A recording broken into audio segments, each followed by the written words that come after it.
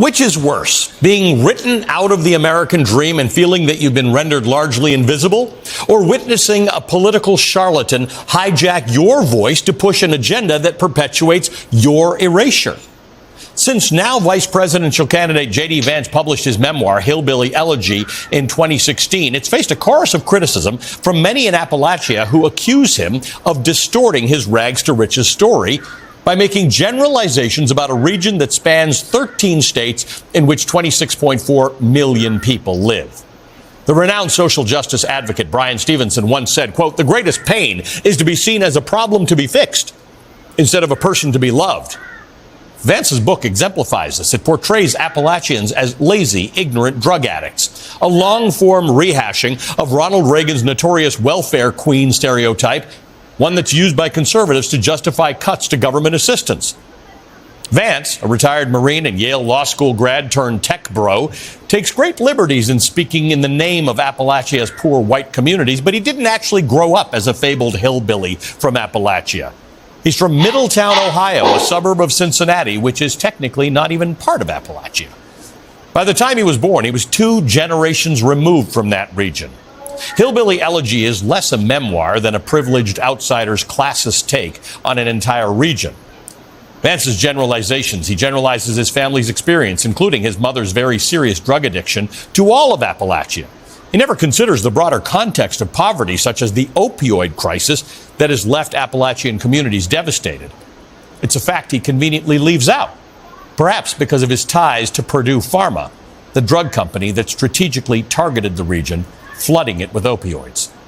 Vance's depictions of Appalachia mirror the dehumanizing narratives that have long been used to justify the exploitation of its labor and its land.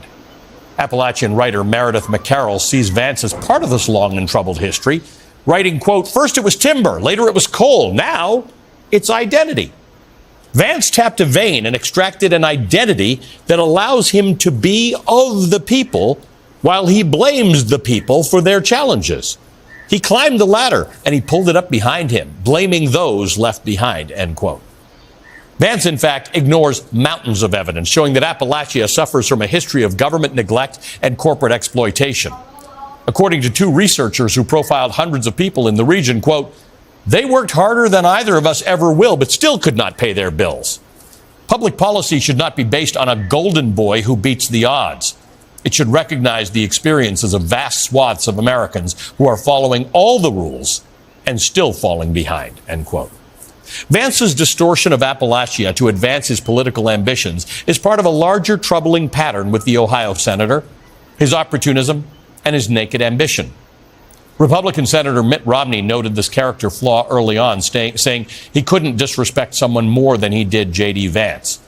His criticism came after Vance did a complete 180 on Donald Trump, going from being a vocal critic and labeling him America's Hitler to fully embracing the MAGA movement in the run-up to his 2022 Senate campaign. Romney, speaking to his biographer, mused, quote, "How can you go over a line so stark as that? It's like, really? You sell yourself so cheap?" Now, with Vice President Kamala Harris at the top of the Democratic ticket, the GOP's assumptions about the race have been entirely upended, and Vance's controversial history is suddenly looking less appealing to Republicans who worry that he could actually repel swing voters. Recent polling shows that Vance is deeply unpopular, but now he's part of Trump's team. Together, the convicted felon and the wannabe hillbilly, selling snake oil to ordinary Americans. But if recent polls are any indication, it's not so clear that the con is working anymore. Perhaps it's best we heed the warnings of those who saw through Vance early on. Like the aforementioned Meredith McCarroll, who in 2023 wrote, quote, "As Vance enters the halls of the U.S. Senate with a narrative of oppression, blaming not Purdue Pharma, but his addicted mother. Blaming not the tax breaks that move jobs out of the country, but the immigrants who seek a new home. Blaming not the systems of poverty that were perpetuated in his family, but rather the laziness of his own family. The stories he chooses to tell matter. Pay attention to his narratives. They have taken him far and can continue to shift to carry him even farther."